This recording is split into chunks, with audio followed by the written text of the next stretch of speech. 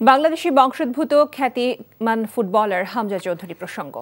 অবশেষে লাল সবুজের জার্সিতে খেলতে বাংলাদেশের মাটিতে হামজা চৌধুরী প্রথমবার গণমাধ্যমের মুখোমুখি হয়েই জানিয়েছেন ভারতের বিপক্ষে জয় পেতে চান তিনি। বেলা 11:40 বাংলাদেশের মাটিতে পা রাখেন হামজা চৌধুরী। এই ফুটবলার সিলেট নেমেই যাচ্ছেন হবিগঞ্জে নিজ বাড়ি বাহুবল উপজেলার স্নানঘাট গ্রামে। 24 ঘন্টার বেশি এই সফরে হামজার জন্য ছাদখোলা গাড়ি ছাড়াও রয়েছে কড়া নিরাপত্তা ব্যবস্থা। হামজা আজ সোমবার রাতে নিজ বাড়িতেই থাকবেন। এর পরের দিন ঢাকায় টিম হোটেলে যোগদান করার কথা তার।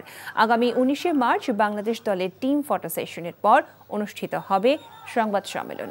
বুধবার দলের সঙ্গে হামজা অনুশীলন করবেন নাকি জিম তা নির্ভর করছে কোচ হাভিয়ের কাবরেরার সিদ্ধান্তের উপর। হামজার বাড়ি ফেরা নিয়ে সিলেটে হচ্ছে উৎসবের আমেজে। I'm excited. Very much so. Hopefully 2 wins, 2 derbies. So inshallah we'll win.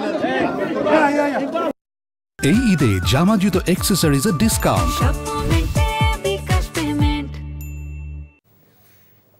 এই মুহূর্তে হামজার গাড়ি বহরে আছেন সিনিয়র করেসপন্ডেন্ট কুশল ইয়াসির। সরাসরি সেখানে আমরা চলে যাচ্ছি।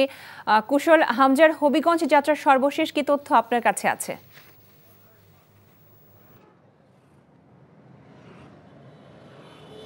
লোপা, ঠিক এই মুহূর্তে আমরা হামজার যে গাড়ি বহরটি রয়েছে সেটি আমরা ফলো করছি। যে ঢাকা সিলেট যে মহাসড়ক রয়েছে, সিলেট থেকে হবিগঞ্জে যাওয়ার পথে যে রাস্তাটি রয়েছে সেখানে আমরা অবস্থান করছি। প্রায় ঘন্টা খানেকের মধ্যেই হামজার কিন্তু বাহুবলের উপজেলার যে স্নানঘাট গ্রামটি রয়েছে সেখানে পৌঁছে যাওয়ার কথা রয়েছে।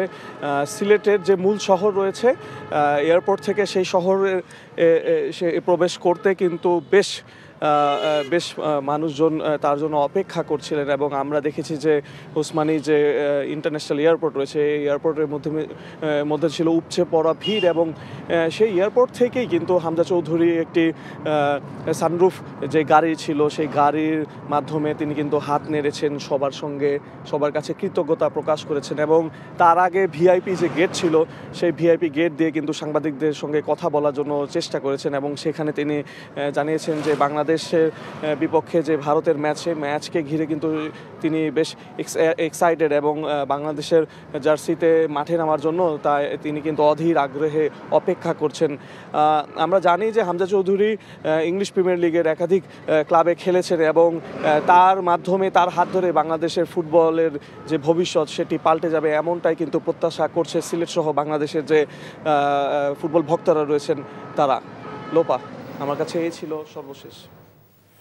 জানছিলাম হামজা চৌধুরীর হবিগঞ্জ যাত্রার খবর। এই ঈদে জামা জুতো অ্যাকসেসরিজের ডিসকাউন্ট।